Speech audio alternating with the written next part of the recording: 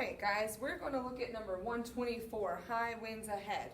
Now, this exercise is fairly straightforward rhythm-wise.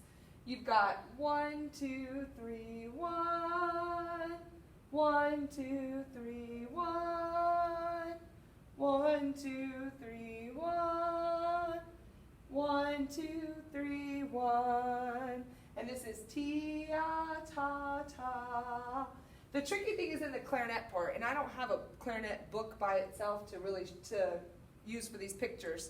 But you've got clarinets E, D, C, G, and you're popping that register key to get to that high note, okay? So you're going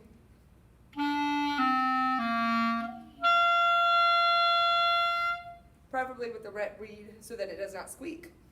And then you're going to step down from the G in the third measure, so on the F.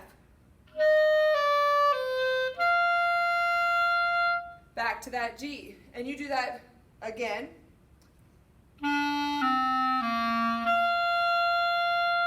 And then the last measure.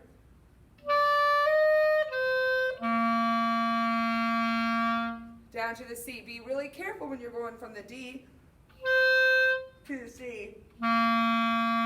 Now to add extra notes in between, all three fingers have to come up at the same time.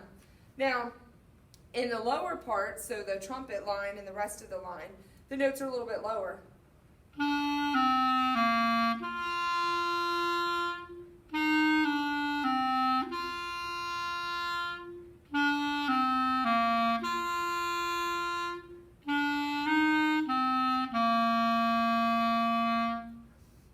High winds ahead. Make sure that we're using a tuner and that we're ensuring that these dotted half notes are in tune with a good sound.